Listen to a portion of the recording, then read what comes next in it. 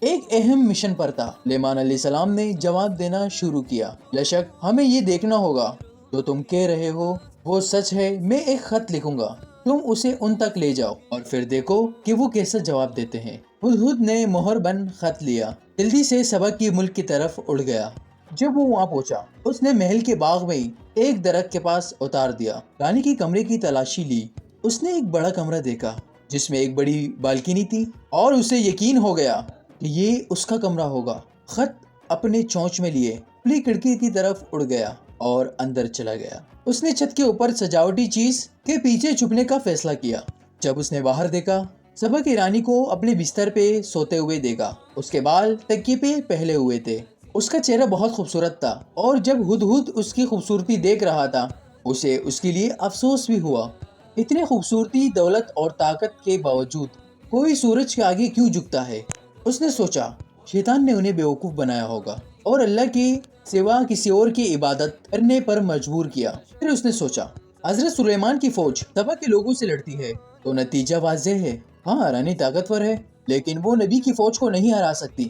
اس کے سپاہی آسانی سے قابو کر لیں گے۔ ہدہد سوچ رہا تھا، کیا وہ خط ابھی گرا دوں جب تک وہ پوری طرح جاگ نہ جائے، یا انتظار کروں؟ اسے نہیں پتا تھا کہ اس خط میں کیا لکھا ہے۔ سوچتے وقت چونچ سے وہ خط پھسل گیا اور رانی کی بستر پر گر گیا۔ رانی نے آنکھیں کھولی اور اپنے سامنے ایک خط دیکھا۔ اس نے جلدی سے ادھر ادھر دیکھا لیکن کوئی نہیں دکھا۔ ڈر کے مارے اس نے خط دیکھا اور چپکے سے پڑھنا شروع کیا۔ پیغام سلیمان کی طرف سے، الرحمن الرحیم کے نام سے میں ایک اللہ پر ایمان لانے کی دعوت دیتا ہوں۔ میرے خلاف تکبر نہ کرو، میرے پاس آؤ اور اپنے آپ کو تسلیم کرو۔ رانی غصے میں آ گئی، دوبارہ ادھر ادھر دیکھا پر کوئی نہ تھا۔ رانی نے خط کھولا اور چپکے سے پڑھنا شروع کیا۔ پیغام سلیمان کی طرف سے، اللہ الرحمن الرحیم کے نام سے میں تمہیں ایک اللہ پر ایمان لانے کی دعوت دیتا ہوں۔ میرے خلاف تکبر نہ کرو، میرے پاس آؤ اور اپنے آپ کو تسلیم کرو۔ رانی غصے میں آ گئی، دوبارہ ادھر ادھر دیکھا، خط کس نے لایا؟ جب اسے کوئی نہ دکھا تو اس کا غصہ اور بڑھ گیا۔ اس نے اپنے محافظوں کو بلایا اور کہا، کون ہمت کرتا ہے میرے کمرے میں گھسنے کی؟ یہ کس نے کیا؟ محافظ حیران تھے۔ انہوں نے اسے بتایا کہ کوئی بھی کمرے میں نہیں آیا۔ کہا کہ ان کے ہاتھوں میں تلوار تھی کہ کھلی تھی پورے وقت۔ انہوں نے قسم کھائی کہ کوئی بھی رانی کے کمرے کے قریب کوئی نہیں آیا۔ اس دوران ہدہد پرندہ ایک چھوٹی سی جگہ میں چھپا ہوا تھا اور سب کچھ سن رہا تھا۔ رانی بلقیس نے چلا کے کہا کہ یہ خط کہاں سے آیا؟ جب اس نے خط ہاتھ میں اٹھایا تو محافظ نے اندازہ لگانے کی کوشش کی کہ یہ خط کہاں سے آیا، لیکن کسی نے بھی کسی کو خط لاتے ہوئے نہیں دیکھا۔ وہ پریشان تھے، نہیں جانتے تھے کیا کہے۔ رانی بلقیس نے جلدی سے اپنے شراح کے ساتھ ایک اجلاس بلایا۔ رات اکٹھی ہوئی، اجلاس کی رہنمائی کی۔ اس نے کہا، اے میرے مشوروں، مجھے ایک اہم خط ملا ہے۔ یہ سلیمان کی طرف سے ہے۔ وہ اپنا خط اللہ الرحمن الرحیم کے نام سے شروع کرتا ہے اور وہ مجھے کہتا ہے کہ میں اس کے پاس بنا تکبر کیا ہوں۔ تم لوگ کیا سوچتے ہو؟ ہمیں کیا کرنا چاہیے؟ ایک مشورے نے کہا، اس کا مطلب یہ ہے کہ بادشاہ سلیمان چاہتا ہے کہ ہم اس کے آگے تسلیم ہو جائیں۔ جنگ کی بکار لگتی ہے تو چلو آؤ لڑائی کریں۔ ایک اور نے کہا، ہم طاقتور اور شکتی شالی ہیں، چلو اپنی طاقت دکھائیں اسے اور جنگ کریں۔ شورا کے اکثر لوگوں نے کہا، جنگ کے اثرات سے اختلاف کیا، لیکن ایک دانا مشورے نے اچانک سے پوچھا، خط لانے والا کاغذ کہاں ہے؟ وہی ایک شخص ہے جو سلیمان کے ارادوں کو سمجھنے میں ہماری مدد کرے۔ رانی بلقیس نے جواب دیا، اسے نہیں پتا۔ اس نے کہا کہ میں نے وہ خط اپنی بستر پہ پایا جب میں جاگی۔ ایک مشورے نے بات جاری رکھی، تو یہ تھوڑی سی ڈراؤنی بات ہے، تجویز دیتا ہوں کہ وہ انتظار کرے۔ اگر سلیمان ایسے عجیب اور طاقتور طریقے سے خط بھیج سکتا ہے بنا کسی قاصد کے، تو جانے اس کی جنگ میں کتنی طاقت ہوگی۔ ہمیں انتظار کرنا چاہیے اور دیکھنا چاہیے۔ اور پھر رانی بلقیس نے کہا، بادشاہ کسی ملک پر حملہ کرتے ہیں، وہ سب کچھ تباہ کر دیتے ہیں اور شریف لوگوں کو کمزور کر دیتے ہیں۔ مجھے ڈر ہے کہ ایسے ہمارے ساتھ ہو سکتا ہے، اس لیے میں تجویز دیتی ہوں کہ ہم قاصدوں کے ساتھ تحفے بھیجیں اور پھر انتظار کریں کہ ہمیں جواب ملتا ہے کہ وہ پھر کیا جواب دیتا ہے۔ کسی نے اظہار اختلاف نہیں کیا، اس کی تجویز منظور ہو گئی۔ ہدہد پرندے نے پوری گفتگو سنی۔ جب اجلاس ختم ہوا وہ اڑ گیا۔ وہاں کے ملک میں اعلان کیا گیا، سونے جواہرات سے ایک تحفہ بنایا جائے گا، چاہے کتنا بھی خرچ ہو۔ یہ ایک شاندار تحفہ ہونا چاہیے۔ انہوں نے رانی کو کہا، سلیمان ایک طاقتور رونا شخص ہے اور صرف ایک قیمتی تحفہ اسے خوش کر سکتا ہے۔ ان کا مستقبل ان کی رحمت پر مبنی تھا۔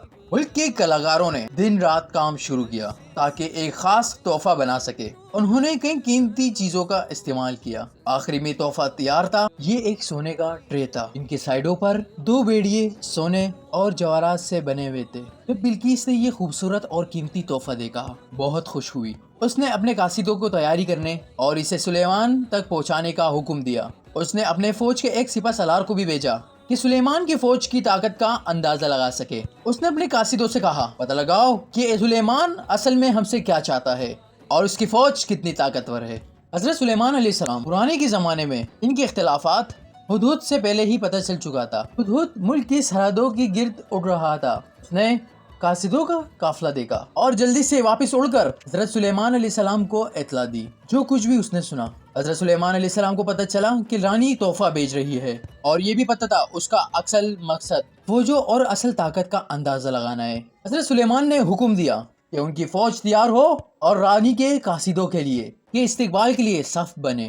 اس نے کچھ آدمی بھیجے تاکہ ان سے ملاقات کرے۔ بھی سلیمان علیہ السلام کا ایک ہی مقصد تھا، چاہتا ہوں کہ وہ مجھ سے ملنے سے پہلے ہی شکست محسوس کرے۔ رانی بلقیس کے قاصد ایک بڑی فوج کے سامنے آ گئے۔ انہوں نے سپاہیوں کو گنتی کرنا شروع کیا اور یہ لکھنا شروع کیا فوج میں کیا کیا شامل ہے۔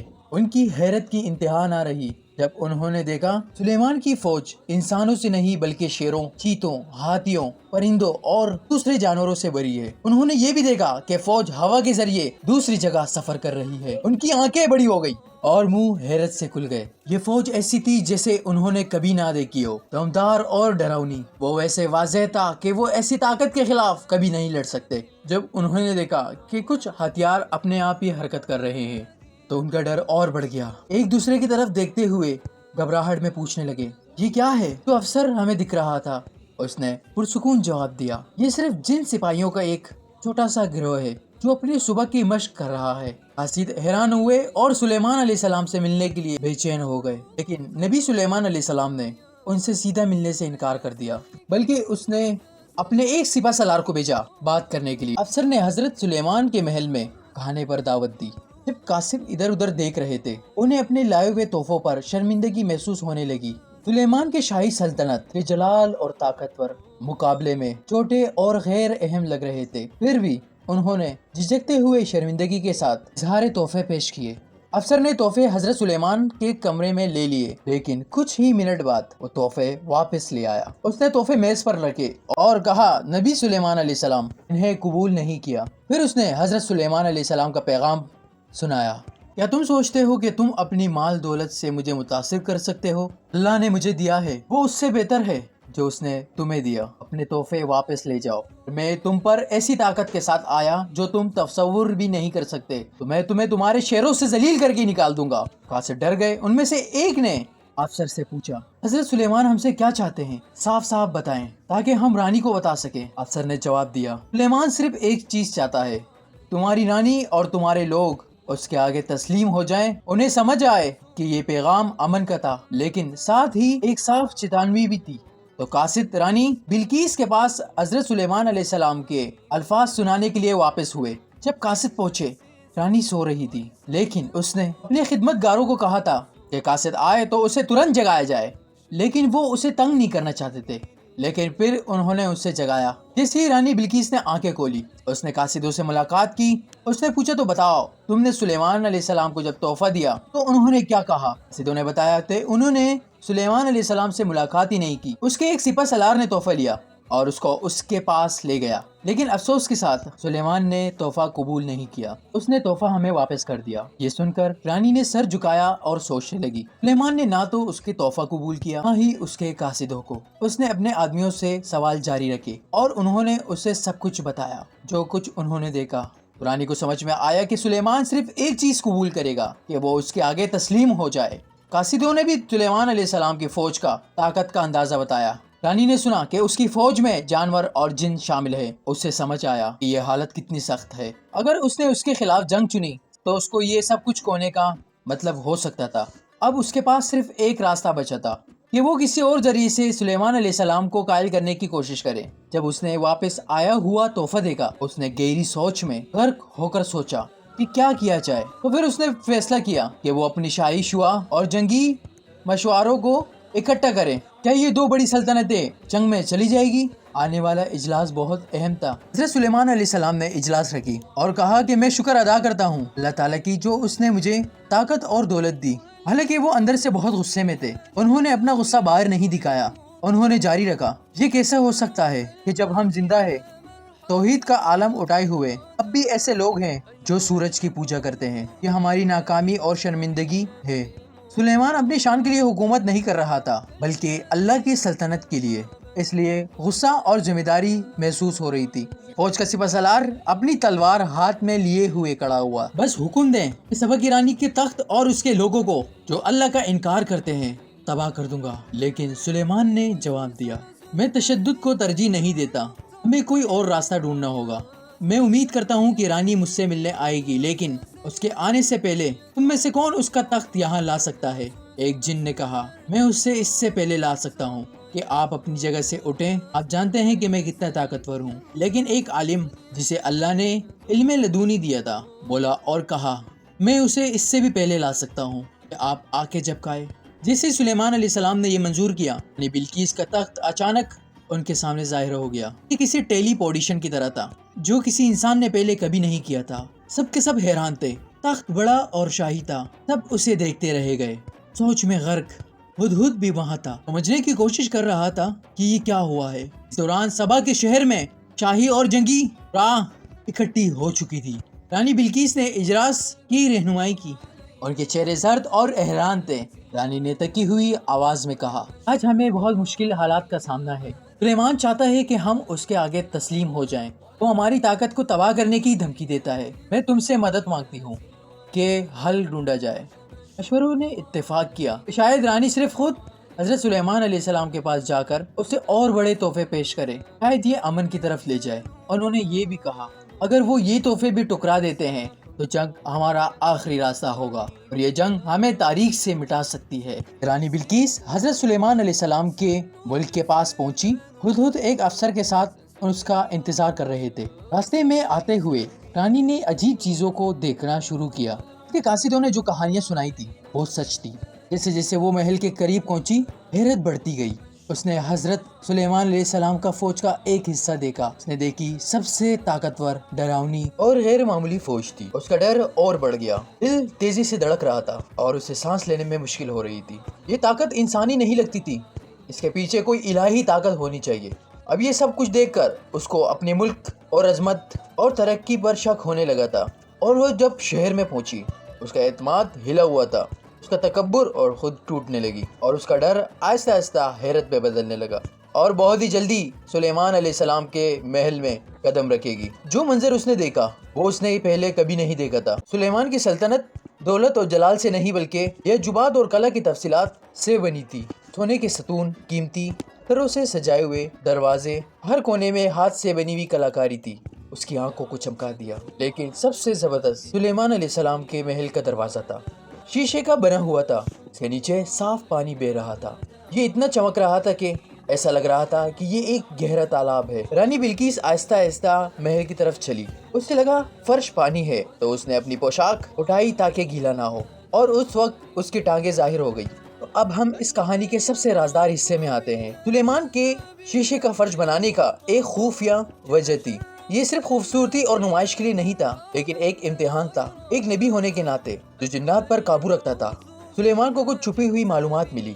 افواہیں تھی، بلکہ شاید معمولی انسان نہیں تھی۔ کچھ لوگوں کا ماننا تھا کہ وہ آدھی انسان آدھی جن تھی۔ تو سلیمان علیہ السلام جنات کی فطرت کو بہت اچھی طرح سمجھتے تھے۔ انہیں یہ بھی پتا تھا کہ جنات کے پاؤں اکثر بالوں والے ہوتے ہیں، اس لیے انہوں نے پانی جیسا فرش بنایا تاکہ رانی بلقیس اپنی پوشاک اٹھائے اس وقت وہ ان کی پاؤں کو دیکھ سکے اور اپنے شک کی تصدیق کر سکے۔ وہ ایک معمولی انسان نہیں تھی، لیکن کیوں کچھ لوگ ایسے مانتے تھے کہ وہ آدھی انسان آدھی جن ہے۔ کچھ قصوں کے مطابق بلقیس انسان اور جن کے اتحاد سے پیدا ہوئی۔ ایک روایت کے مطابق اس کی ماں ایک رانی تھی اور اس کا باپ ایک عفریت تھا، طاقتور جن۔ اس لیے بلقیس نے انسانی خوبصورتی، کچھ جن جیسی جسمانی خصوصیات تھی۔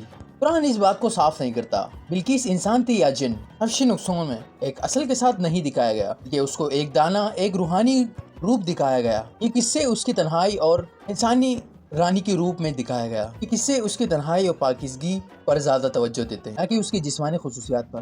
تو اسلامی شریعت کیا کہتی ہے؟ اسلامی علماء اس بات پر متفق ہے کہ بلقیس انسان تھی، اس کی عادی جن ہونے کی افواہ میں جنات میں خود پھیلائی تھی، کیونکہ وہ نہیں چاہتے تھے سلیمان اس میں دلچسپی لے یا اس سے شادی کرے۔ جنات کو ڈر تھا کہ اگر سلیمان علیہ السلام کا بیٹا پیدا ہوا تو وہ اپنے باپ کی طرح حکومت کرے گا تو انہیں دوبارہ خدمت کرنے پر مجبور کر دے گا۔ تو اسے خفیہ علم کے ذریعے سلیمان علیہ السلام کے پاس تھا، سلیمان کے لیے نہ چاہ کر بھی خدمت کرتے تھے اور امید کرتے تھے کہ اس کے بعد وہ آزاد ہو جائیں گے، لیکن اگر ان کا بیٹا حکومت کرتا وہ دوبارہ پھنس جائیں گے۔ تو اکثر جنات جھوٹ بولنے پر مشہور ہے، نہ صرف سلیمان کے وقت میں بلکہ ہر دور پہ۔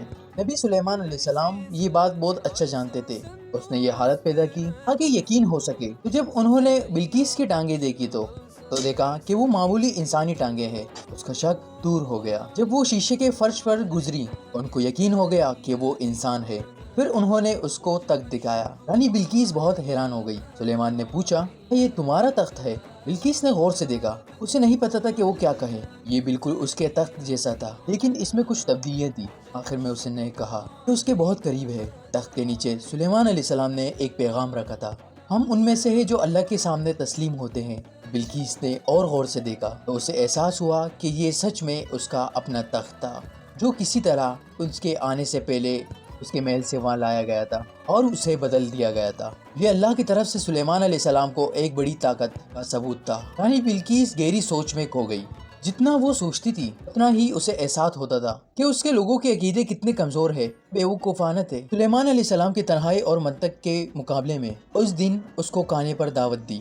نبی سلیمان علیہ السلام اس کے بغل میں بیٹھے اور اپنے خیالات کا اظہار کرنے لگے۔ انہوں نے اللہ رب العالمین سب سے سخی، سب سے بلند کے بارے میں بات کی، جس نے سورج کو انسانی خدمت کے لیے بنایا۔